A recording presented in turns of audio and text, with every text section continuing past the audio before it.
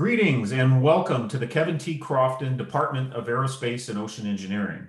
My name is Eric Paterson, and I'm the department head and Rolls-Royce Commonwealth professor. It's my pleasure to be able to take some time today to tell you a little bit about our department. To begin, I am going to share 3 slides with you to guide the discussion. And I'm going to start with this beginning graphic here because it's really what I call by the numbers 2020. And it tells you a little bit about our department over the past year. So to begin with, I want to emphasize or start here with the people.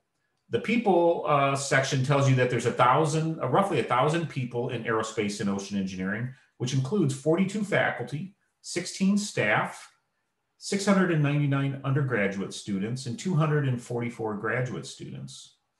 Over the past year, we awarded 160 bachelor's degrees, 27 master's degrees, and 10 PhDs. To put that in context for you, 160 bachelor's degrees puts us as the 4th largest aerospace program in the United States. So it tells you that this is a large and preeminent program. 10 doctoral degrees is a little bit on the low side for us. Typically, we average closer to between 15 and 20 every year. So the numbers are just small in that area, so they tend to, there's high variability in year to year, but the average is between 15 and 20. Our graduate degrees are really in 6 discipline areas. And that's true for the Masters of Science, the Masters of Engineering, and the PhD. Those 6 areas include aero hydrodynamics, dynamics, control and estimation, structures and materials, ocean engineering, applied physics, and space engineering. What these areas do is they define the courses that you would take during your studies, both the any required courses as well as electives for your graduate education.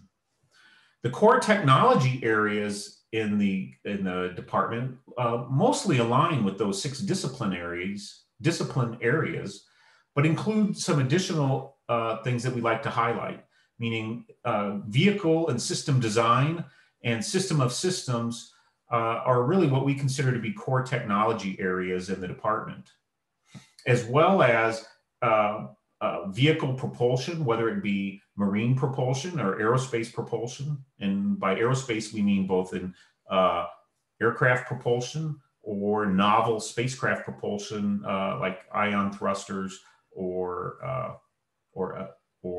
plasma propulsion devices.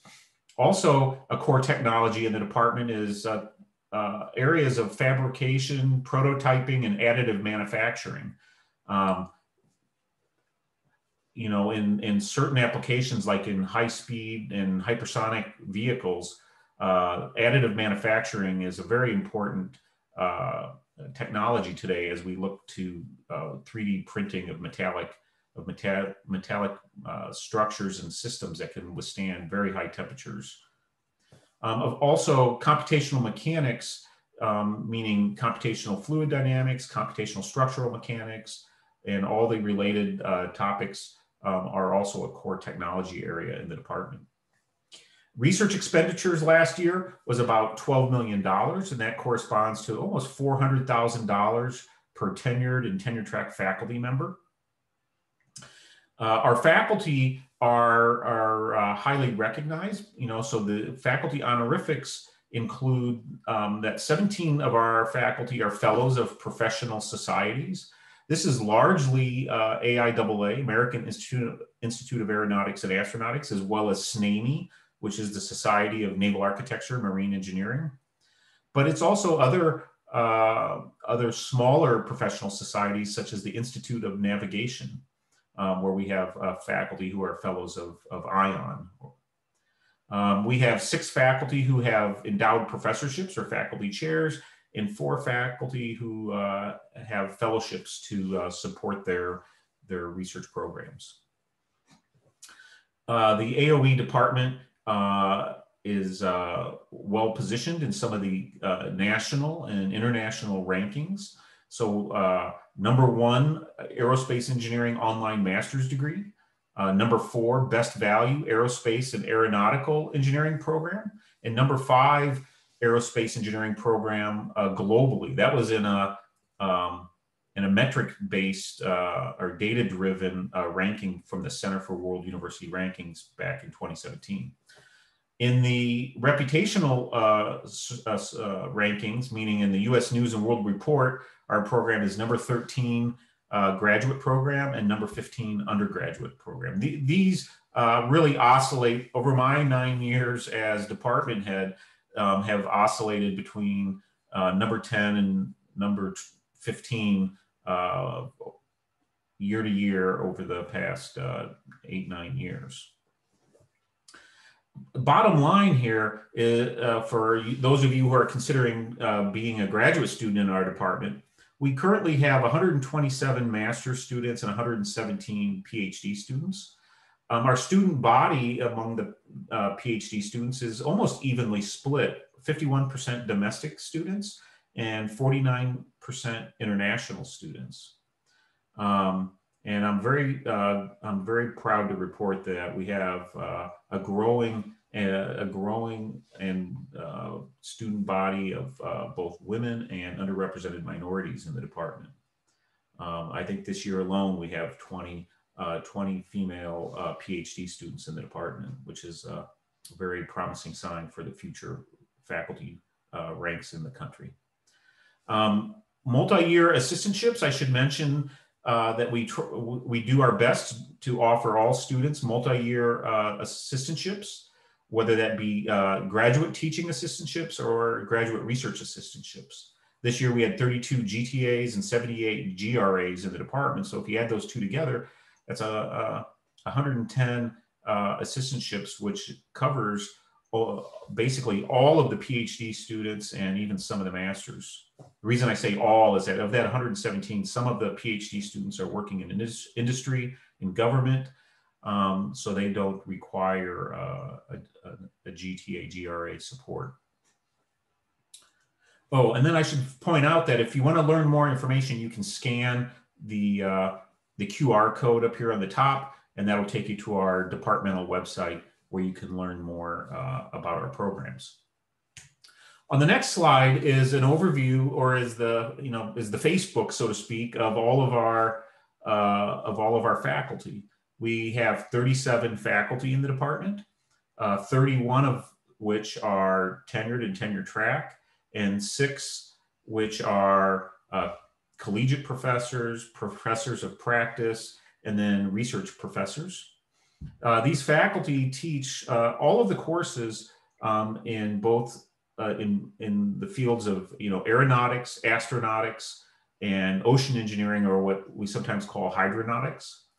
And we can cover, with these 37 faculty, we can cover over 15,000 student credit hours a year in the subjects of in those 6 core subject areas of our graduate program. And really it mirrors our undergraduate program. So aerohydrodynamics, dynamics and control, structures and materials, space engineering, ocean engineering, and then all of the requisite courses to fill out the curriculum. Our faculty are research active, as indicated by the statistic on the previous page that I mentioned in terms of the research expenditures. But each of the faculty, the average number of graduate students is between 6 and 7 is the average, and of course there are some that are at much higher numbers. But all faculty rely upon the relationship between advising PhD and master students and the execution of the research program. I highly recommend that you visit our website to learn a little bit more about each of the faculty, and then maybe most importantly is to look for their publications by looking in the normal locations for scholarship research, whether it be Google Scholar or other resources that you might have at your disposal in your university library to find the publications of our faculty. As graduate students, I would highly encourage you to learn a little bit more about our research facilities, and the link up here at the top will take you to detailed descriptions. You know, research facilities are critical for execution of your graduate research, and we have some outstanding facilities. Some of them are large and therefore are shared. So like the Virginia Tech Stability Wind Tunnel is a world-class facility. It's effectively the largest aeroacoustic wind tunnel in the world. Nominally, it only has a 6 foot by 6 foot test section. The cross section is 6 foot by 6 foot, 20 foot long test section. But it's effectively large because of the unique design where it has acoustically transparent walls and the way the anechoic chamber fits around the test section. But it's a very novel and interesting test facility that is a very productive facility. Other shared facilities include 3D print labs and machine shops that allow students to design and fabricate equipment for their research. We also have, one of the advantages to being in a small town, having a big university in a small town, is that we have facilities like the Kentland Experimental Aerial Systems Lab, or the KEYS Lab. This is a facility that's about 6 miles from campus. You can get there in 10 or 15 minutes, and it's a UAS flight test facility that's very close to campus. We also have the Advanced Power and Propulsion Lab, which is a collaboration between AOE and mechanical engineering. This is where we do research on, jet propulsion and power, as well as we have our hypersonic and supersonic wind tunnels there. And also a shared resource is the Virginia Tech Advanced Research Computing. VT-ARC maintains and supports all of our supercomputers, both traditional, parallel clusters, as well as GPU type clusters for doing AI ML research. There are a number of centers that you should explore. The first one on the list here is Space at VT, which is really formally known as the Center for Space Science and Engineering Research. That's a collaboration largely between the AOE department and electrical and computer engineering. So there's faculty and students from those two departments that share a common goal of space exploration, space science, and space engineering. We also have a group of faculty that have formed the Center for Renewable Energy and Aerodynamic Technology, or CREATE. This group largely looks at wind energy and the aerodynamic and aeroacoustic testing to support that technology. And then we have a group of faculty that are focused on Marine Autonomy and Robotics, or CMAR. The Center for Marine Autonomy and Robotics is also a collaboration between faculty and AOE and electrical and computer engineering. And then finally, there's a university center called the Ted and Karen Hume Center for National Security and Technology. And there are a group of AOE faculty, myself included, where I'm actually serving as the executive director for the Hume Center. And at the Hume Center, we work on projects that are really at the nexus of national security in a number of areas, both aerospace and ocean vehicles, the platforms that carry electronics, communications gear, intelligence systems, and then really all of the AI and ML that might be related to those applications. We have a number of labs that we've created over the past few years, I would call, that are PI or principal investigator driven labs. And so these are some of our, since these are newer labs in the department, they're actually directed by some of our newest faculty. So Dr. Alexander has constructed recently an experimental aeroacoustics laboratory. Christine Gilbert, Dr. Gilbert has created the hydroelasticity lab, which looks at fluid structure interaction. And then Matthew Yorger, Dr. Yorger has created the Navigation Laboratory for Autonomous Vehicle Integrity. And then finally, Dr. Young, who is a rocket propulsion expert and is looking at both solid rockets and hybrid rockets, rocket motors, that is in the process of creating the Virginia Tech Jet Propulsion Lab. That'll be co-located with the Keys Lab out at the Kentland Farm. So, in conclusion, I'd like each of you to explore, the areas that you're interested in and look at some of the research facilities that might be available to support your research. And with that, I'm very glad that you're interested in our program, and I hope that you're able to find a good match between your educational objectives and the research areas that you're interested in. And if you have any questions, I encourage all of you to reach out to me and to the faculty in the department. We're here to help you make a good match and define